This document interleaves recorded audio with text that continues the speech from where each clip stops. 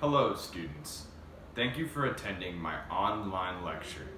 This is your professor, Thomas Payne. Now, I understand that this will be quite a big difference from the usual English lessons that I give you on this platform.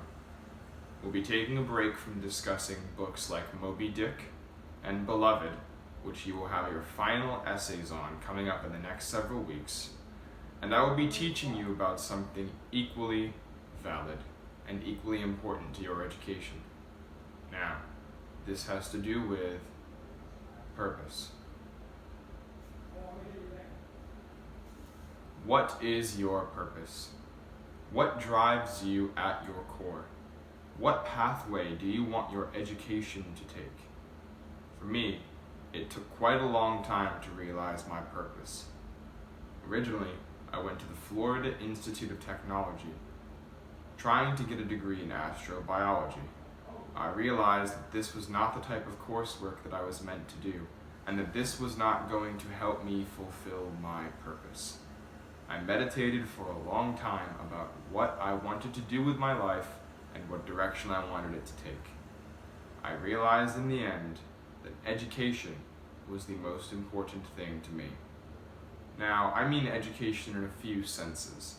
The first sense is that I valued my own education. Above all else, I wanted to receive the greatest academic standing that I could, to be better today than I was yesterday.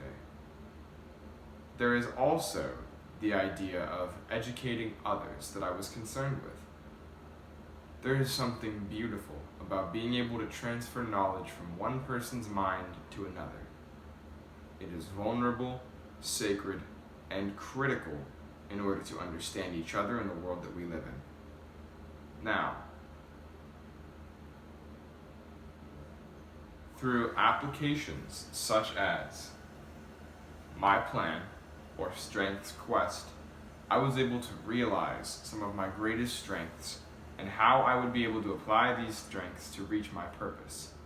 I realized that I had the input strength. I was extremely adept at collecting information, and this was something that I would often seek out. As an educator, there's nothing better than to love reading and than to love finding information and compartmentalizing it into different parts of your brain. There's also the restorative strength. I am, at my core, a problem solver. I enjoy sitting down with my students, connecting one-on-one, and trying to find out what it is that is getting in their way of learning the material.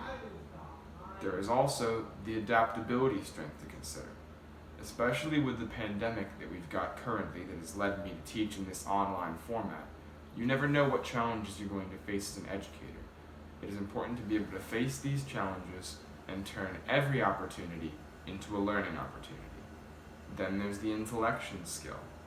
I find myself constantly thinking. My brain is always in motion. Now, applying this to academic contexts is extremely useful to being an educator. Finally, above all else, I learned that I possess the developer strength. This is what helps me teach others. I see the potential in them. I want to help them realize the potential in themselves. This is what too many teachers are missing nowadays, and what I was determined to curate in myself in order to become the best teacher possible. Then, I decided it was time to undertake my career pathway. The first step was finishing my degree with Valencia College. After doing this and obtaining my AA, I took some specialty classes in education and transferred to the University of Central Florida.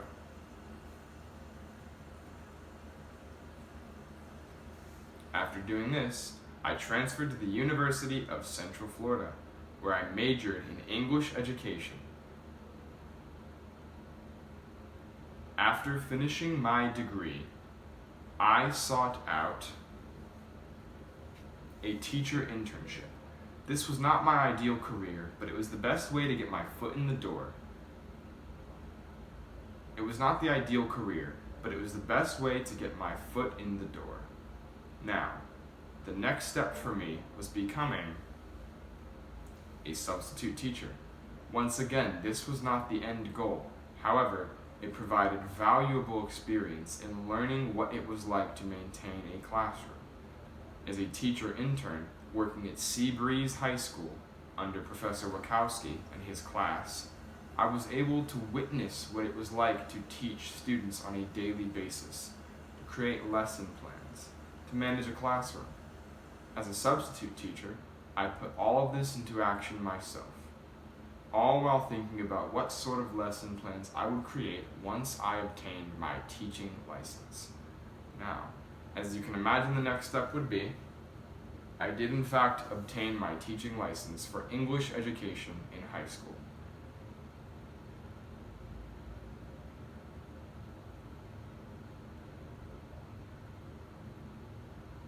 After this, I obtained a job with the Osceola County School for Performing Arts as a tenured English teacher. Now, this was not the end of the rope of my career pathway. This was one destination, but there is always room to evolve. My next step is obtaining my master's degree in English education and hopefully a PhD, so that I may become a college professor of English. Now, there is also the daily job duties of a teacher to be considered with. I assign homework. I assign essays. I grade these essays and homework. I help students on a daily basis with tasks such as listening, writing, and speaking. With the age of this pandemic, teaching has changed quite a bit, and so have my daily responsibilities. No longer am I setting up a physical classroom. Now I find myself face-to-face with students in video chats. I find myself grading online submissions, dealing with glitches in systems, and helping my students as much as I can from a distance. This is equally valuable as it would be teaching in person, and it is part of that same adaptability skill that I knew one day I would need to apply. Now, to my students, thank you very much for attending this virtual presentation. I understand that it is not the most ideal circumstances, but it is what we have to work with today. I will enjoy reading your essays on Moby Dick and Beloved next week. Thank you.